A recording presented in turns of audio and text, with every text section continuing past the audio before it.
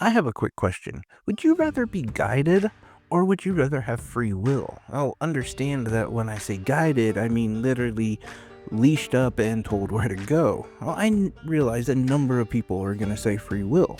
And I think that makes sense until you actually apply any of that. Now, the reason why I'm bringing up this question is because I'm going to talk about Monster Hunter Wilds, and a comment that one of my friends said after she had beat the game. She said, I beat the game, it's awesome, epic battles, but it's really short. And the thing is, if you know, it's not short. In fact, Monster Hunter is one of those series that you can pretty much put like hundreds of hours into. So I asked her, well, how long did it take you to actually beat the game? She said, oh, about 12, 13 hours. Well, I know that this is just the story, so I explained to her that the post game is really when the game begins. Like, that's where you really get into a lot of the meat of what people love with Monster Hunter. But she had no interest in it. She was like, no, I did the story and that's really all I want to do.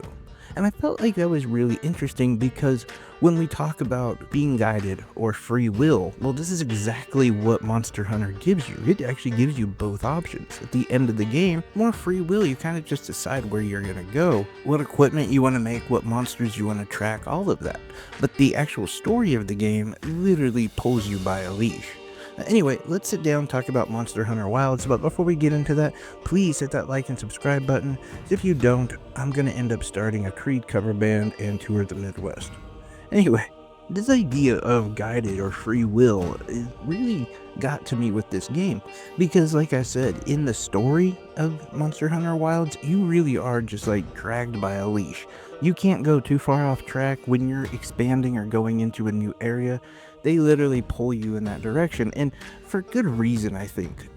Many of the big epic moments of this game, that moment where you guys are kind of tracking a new monster or going into a new area, and you're kind of watching it from afar. Before you know it, you're ambushed, and you're in a situation where you're staring down this gigantic alpha creature that's ready to make you its dinner, and you're like, uh-oh, I'm in over my head. That moment of crap, what are we gonna do? It's epic and it's awesome, and it's what makes the story so great is it has those kind of moments where the unexpected happens.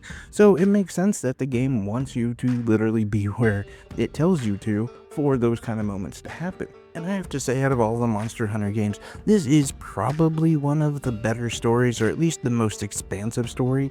I preferred Rise a little bit more, but it was only because of the context and because of the Netflix movie. They sort of ran parallel together, so they sort of made sense, and the Netflix movie was awesome. But Monster Hunter Wilds ends up having a much deeper story with more complexity to a lot of the characters and more interactions with the NPCs.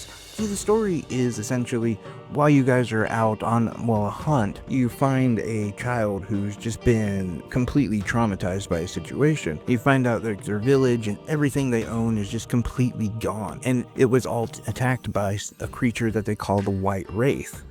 And as you kind of track this beast down, you're running into new villages and new people, you're earning trust, you're expanding your network, setting up different camps, of course finding new monsters. And I think the big thing about it is the White Wraith has this ability where it sort of will suck the life out of you without hurting you from the outside. And while that's super creepy and everything, it's really about as deep as the story goes. Like, at the end of the day, it is a Monster Hunter game, so we know what we're expecting. But I think my issue was that most people, I would assume, have played Monster Hunter, realize that, yeah, the story is what it is. It's sort of just a passive thing that's there. But ultimately, the main part of the game is hunting, crafting, tracking monsters so that you can, well, pretty much wear their flesh and their bones and whatever. Sounds creepy when you say it like that. But the point is, that's the main gameplay of Monster Hunter. You track monsters, you take their parts for crafts, you make weapons or armor or what have you, and you continue to keep expanding and fighting bigger and more difficult monsters and so on and so forth. So this idea that my friend didn't want to play anymore because it wasn't guided, and that kind of made me think, like, yes, at the onset of that question, would you rather prefer to be guided or have free will? I think most people would ultimately begin to say free will until you think about that. And if there is no direction, no guidance, it's scary. You get lost. You're easily distracted and taken away from a goal that you have to create yourself. And my issue, I think, when I look at this game is it doesn't give you any guidance to the free will aspect. Like in Monster Hunter Rise and even Monster Hunter Worlds, they kind of walk you through a lot of the idea of, hey, stopping and just hunting monsters for the sport or for the crafting, if you will. But this game doesn't really do that. Even when you are playing the story mode, you can just stop. Like, you can be at a village and say, like, okay, I'm gonna go back and like just do some hunting. But the game never actually really tells you that or explains that to you. And in fact, even when you're crafting weapons or armor, it's not that easy to figure out what you need for a certain set or what monster you have to hunt for specific items, or like I said, to craft a specific weapon or whatever. In Monster Hunter Rise, it was a little bit easier. You could literally see the monster and branch off what you could create from that monster.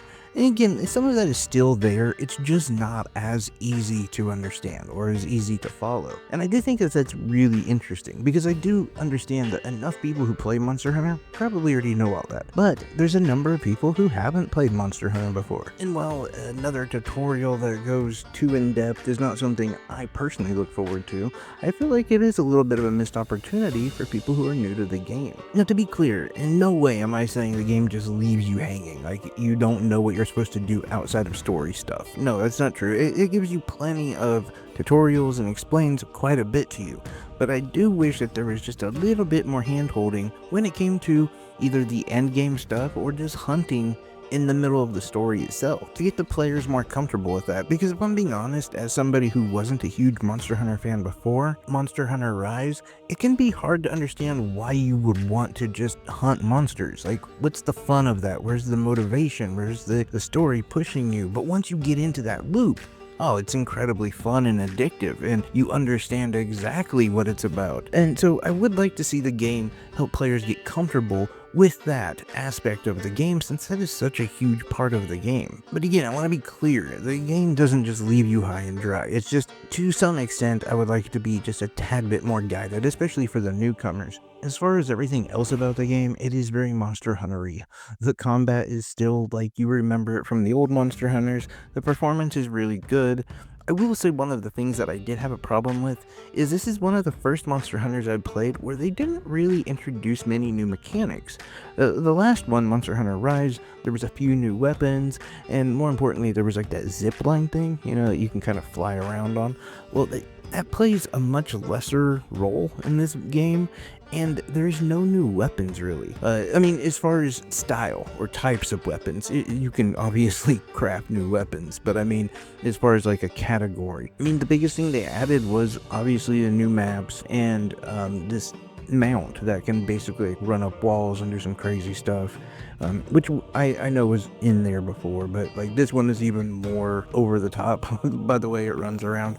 But ultimately, yeah, I just didn't feel like they expanded that much more. Like, there wasn't that much new to this game.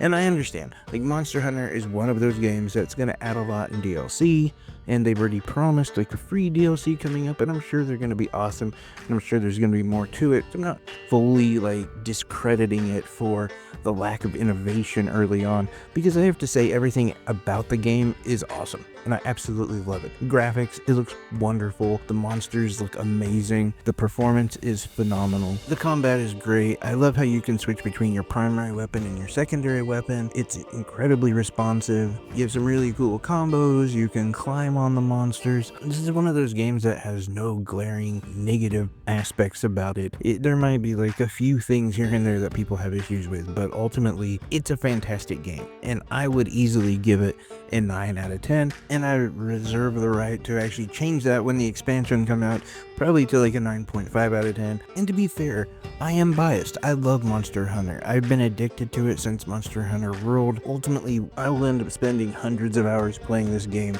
as I have with all the previous games.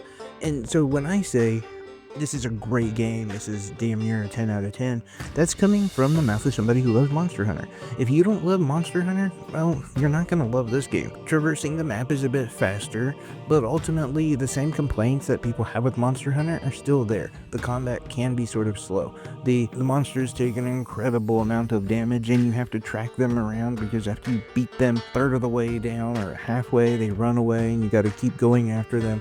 all of that is still there, and I'm here for it. I love all those aspects. I love tearing down the monsters and taking them piece by piece, and that's actually pretty brutal. But anyway, I love Monster Hunter Wilds. Like I said, 9 out of 10 right now, probably a 9.5 once the expansions come out. That's just my thoughts. Let me know what your thoughts are.